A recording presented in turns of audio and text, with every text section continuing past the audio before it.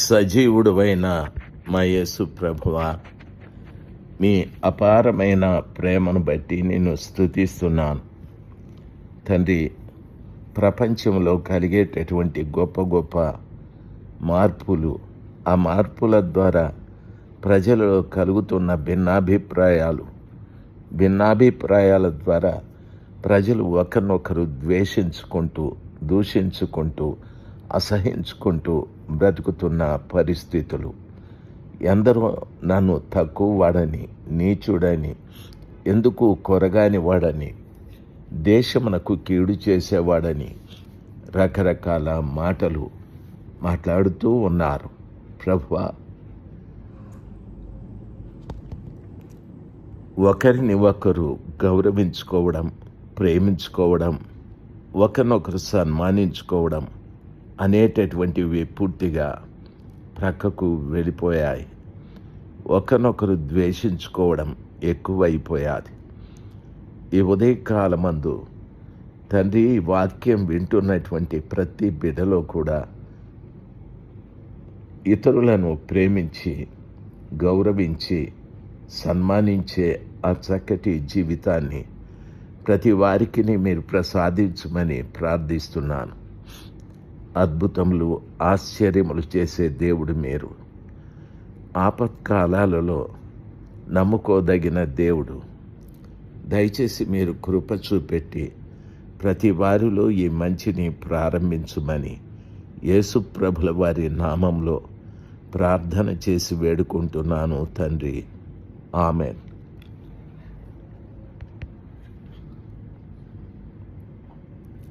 April మాసం 15వ తారీఖు 2026 బుధవారం. నెహెమ్యా గ్రంథము 8వ అధ్యాయం మొదటి వచనంలోనే ఉన్న విషయాలు మీతో మాట్లాడుతూ ఉన్నా. 7వ నెల రాగా ఇశ్రాయేలీయులు తమ పట్టణములలో నివాసులై ఉండిరి. అప్పుడు జనులందరూ ఏకమనస్కులై నీటి గుమ్మము ఎదుటనున్న మైదానమునకు వచ్చారు. యెహోవా ఇశ్రాయేలీయులకు ఆజ్ఞాపించిన మోషే ధర్మశాస్త్ర గ్రంథము తెమ్మని ఎజ్రా అను శాస్త్రితో చెప్పగా, ప్రియులారా, నెహెమ్యా చెప్తున్న మాట, వారు ఏక మనసులై నీటి గుమ్మము ఎదుటనున్న మైదానమందు కూడి వచ్చారు. ఇశ్రాయేలీయులకు యెహోవా ఆజ్ఞాపించిన మోషే ధర్మశాస్త్ర గ్రంథము తెమ్మని ఎజ్రా అను శాస్త్రితో చెప్పగా, యాజకుడైన ఎజ్రా 7వ మాసము మొదటి దినమున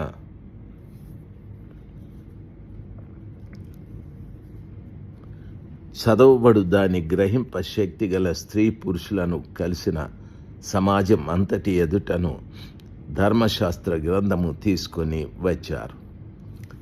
ప్రియులారా, 7వ మాసాన మొదటి దినమున చదవబడు దాని గ్రహింప శక్తి గల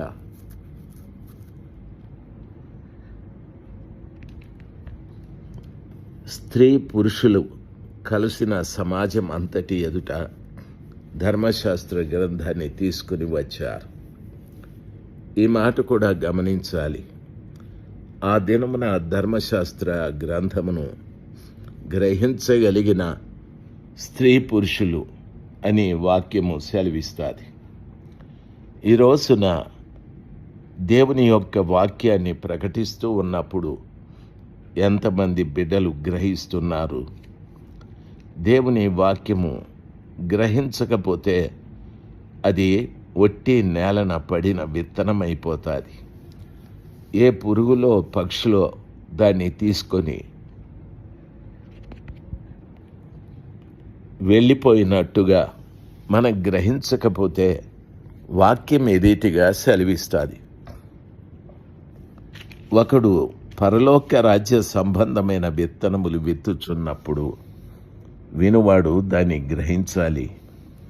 గ్రహించకపోతే దుష్టుడు వచ్చి విత్తబడిన వాక్యమును ఎత్తుకొని పోవును అని వాక్యములో చెప్పబడి ఉంది. దేవుని వాక్యాన్ని మనం గ్రహించకపోతే మన మీద విత్తబడిన వాక్యం దుష్టుడొచ్చి ఎత్తుకుపోతాడు. వాక్యము దుష్టునికి ఎందుకు? సాతానుడు ఎందుకు ఎత్తుకెళ్ళాలి వాక్యాన్ని అనే విధంగా మనము ఆలోచన చేస్తే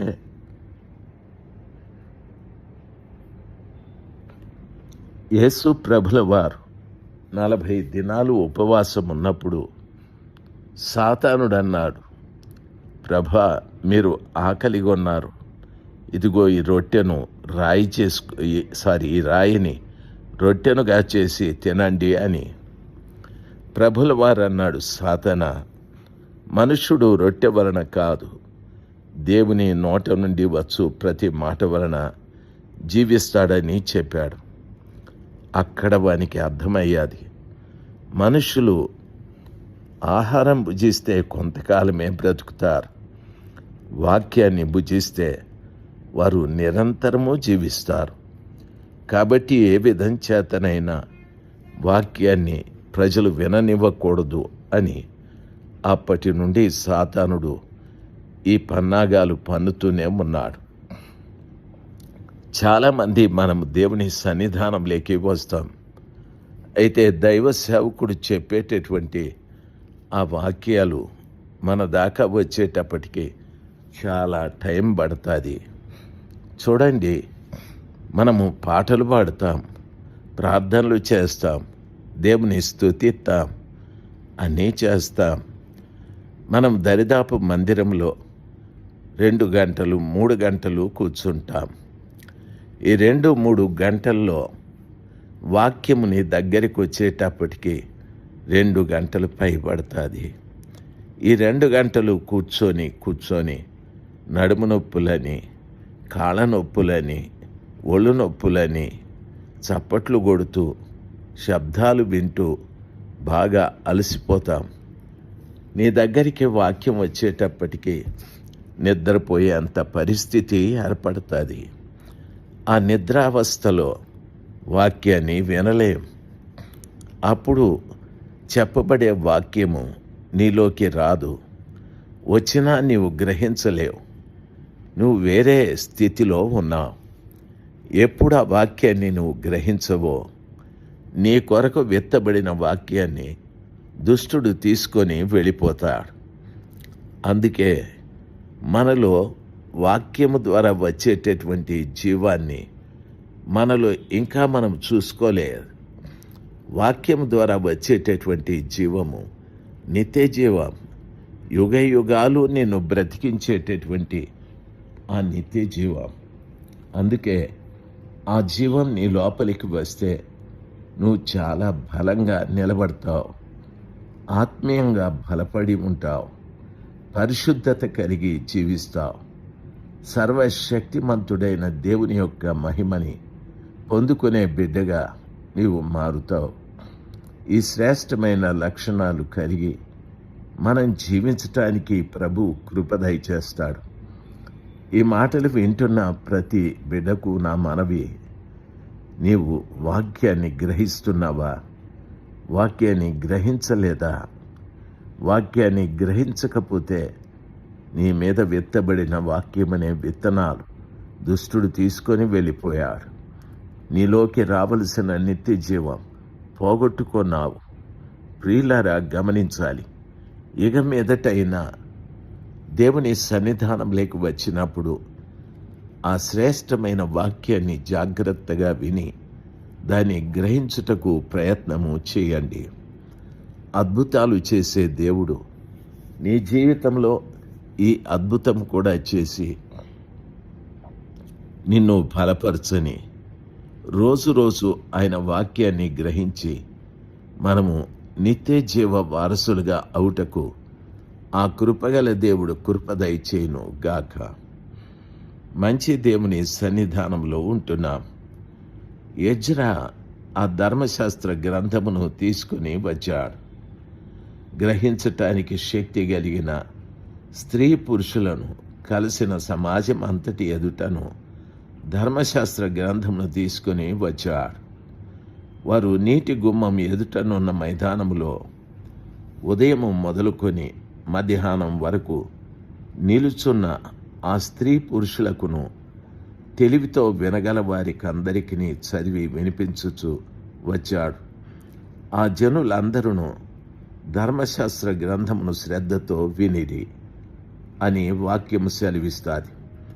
వారు ఉదయం మొదలుకొని మధ్యాహ్నం వరకు నిలబడి ఉన్నారు. ఆ స్త్రీ పురుషులకును తెలివితో వినగలిగిన వారు. ప్రియులారా, ధర్మశాస్త్ర గ్రంథాన్ని మనం వినేటప్పుడు తెలివితో వినాలి. ఈ వాక్యము నా గురించే, దేవుడు నాతోనే మాట్లాడుతున్నాడు అనేటటువంటి తెలివిగా దేవుని వాక్యాన్ని వినగలిగే బిడ్డలుగా మీరు ఉండాలి. వాక్యం ఆ రీతిగా సెలవిస్తుంది.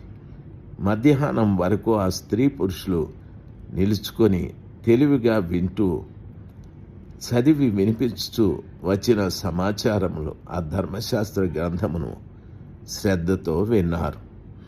దేవుని బిడ్డలు మనం ఎప్పుడైనా ఉదయం నుండి మధ్యాహ్నం వరకు నిలుచుండి వాక్యాన్ని విన్నామా? ఆలోచించండి. 4వ వచనాన్ని చదువుతూ ఉన్నాను. Amen, amen.